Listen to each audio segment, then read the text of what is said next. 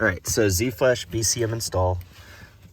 What you have to do is assemble the kit that comes shipped to you. Once you get it all connected, then you have to connect it to your truck. So you take this panel right underneath the glove box, you pull it out and off like that, and then inside here you have 3 connections to make. So your wires from the ZFlash go into these couplers that they go between the plugs on your BCM and the plug on the flasher. So as you can see here, it's basically like a pigtail that just sits in between. So to unplug these, you push in right here and take this white lever and flip it over, and then this part kind of pops out of this section.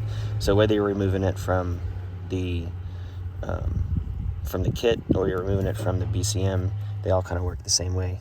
You just push in right here on the black part of the tab and then pull the white part over, and the whole thing kind of slides up.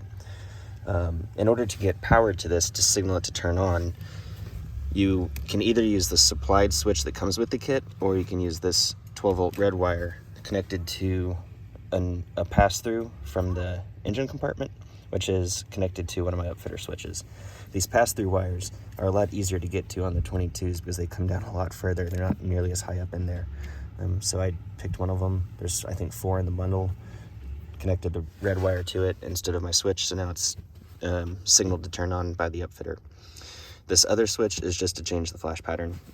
You can leave it connected if you want, or kind of throw it in somewhere. I'm probably going to hide it up under here.